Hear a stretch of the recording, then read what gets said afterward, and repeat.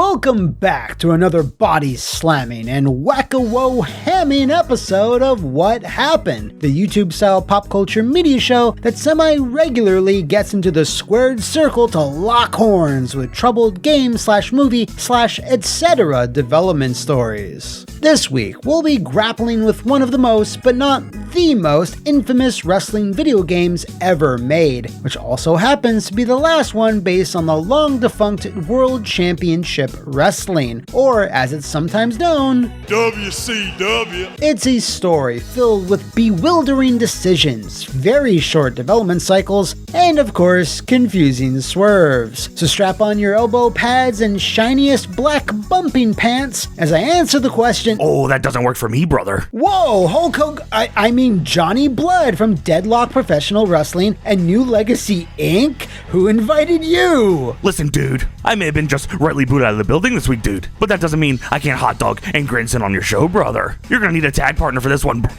brother, Jack. Okay, well, I guess I can't fight your creative control clause, so let's just both answer the question, what happened to WCW Backstage Assault? Can you dig it, sucker? Japanese game studios like Yuke's, Asmik Ace, and the Aki Corporation were in high demand when the Monday Night Wars were just starting to heat up in the late 90s, as back then, both WWF and WCW were looking to procure their talents to develop games based on their product. Of course, THQ and Acclaim were major players in the video game space as well, and since wrestling was such a hot commodity, they couldn't put out their titles fast enough. So whenever Yuke's or Aki were too busy, these publishers would go elsewhere to get more grappling games out for their upcoming fiscal quarters. This is where you got the likes of Warzone, Attitude, Nitro, and Thunder. And while those games certainly had,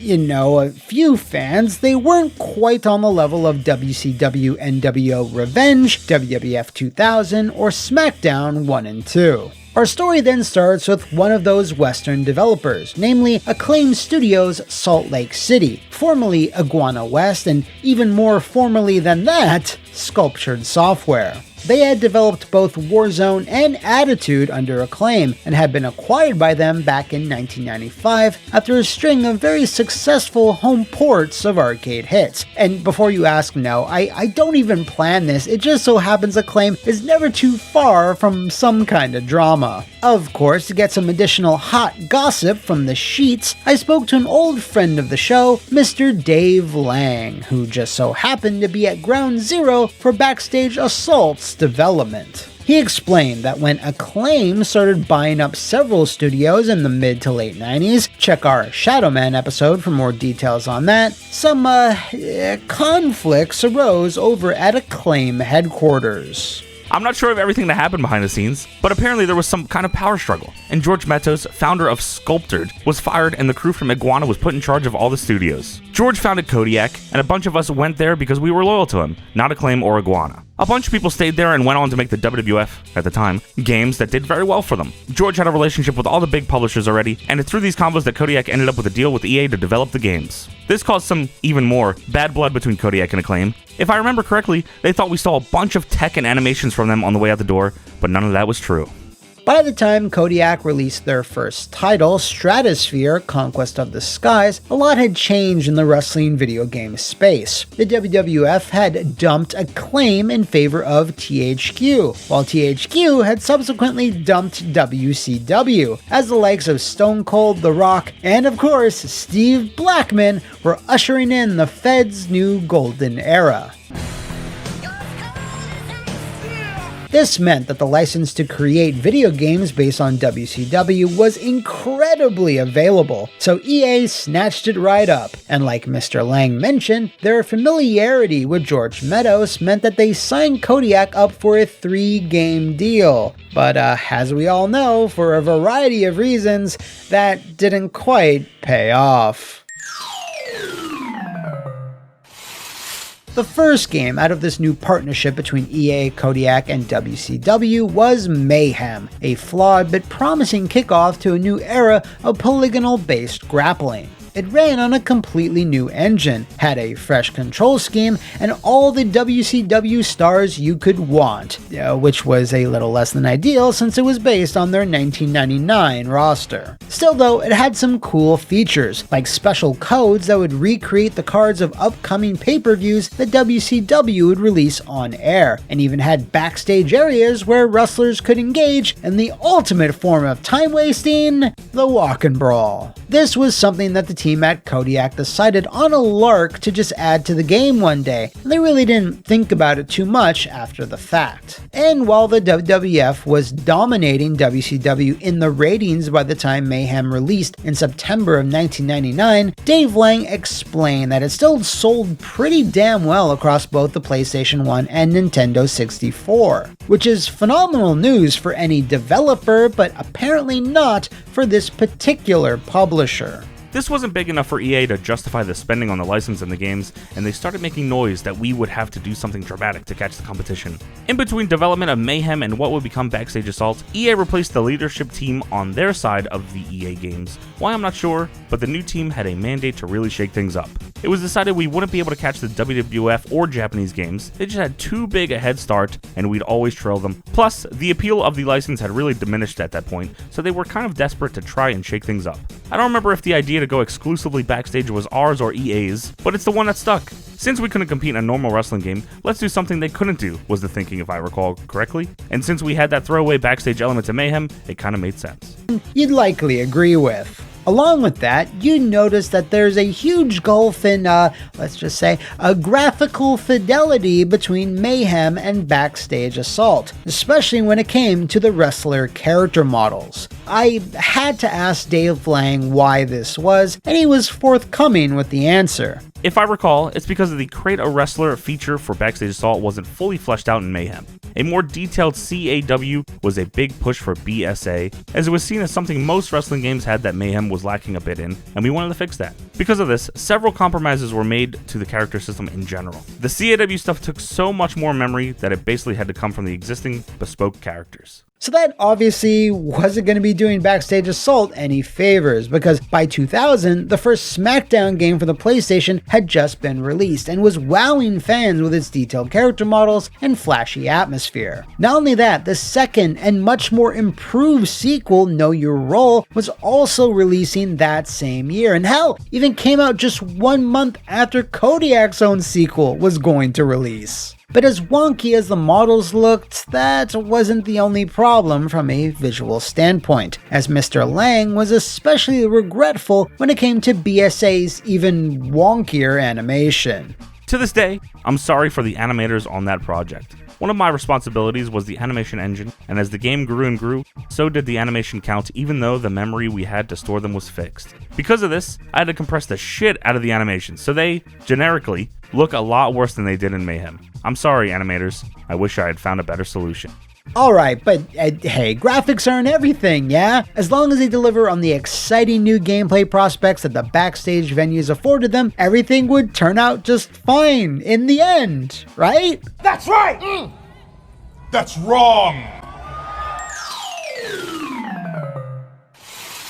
When Backstage Assault shockmastered its way into store shelves in November of 2000 on the PlayStation and December on the N64, the gaming press and fans alike were not generous with their star ratings. A 5 out of 10 from GameSpot, a 4 from IGN, and Game Informer really slapping them nuts with a lowly 3. IGN's Corey Lewis had this to say in his summary, quote, "If you're a hardcore WCW fan, then this game isn't for you. It fails to impress in nearly every way and certainly doesn't deliver a presentation worthy of the WCW license. EA and Kodiak's first use of this wrestling code was much better implemented last year with WCW Mayhem than its latest backstage attempt." Once again, Mr. Lang was asked to hopefully shed some light on the situation, like, sure, the graphics took a hit, but if backstage brawling was the premise everyone wanted to build upon, why did it turn out like it did?